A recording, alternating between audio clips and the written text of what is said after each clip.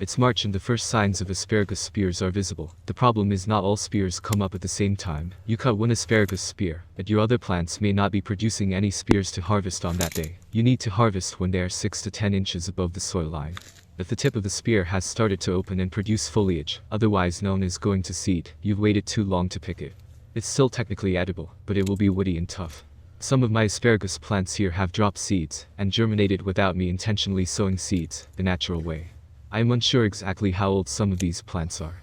So yes, I also have female asparagus plants that produce berries. I also have intentionally transplanted asparagus plants that I grew myself from seeds, which can be found in my other videos. I located them in several different locations in my garden, whether it's a raised container made of wooden pallets or directly in the ground, or in a raised bed. Always trying different techniques to find out which is the best and most efficient way to successfully grow asparagus. Tomorrow or the day after there will be more spears for harvesting. To keep the spears fresh, I have gone ahead and added them into a glass of water.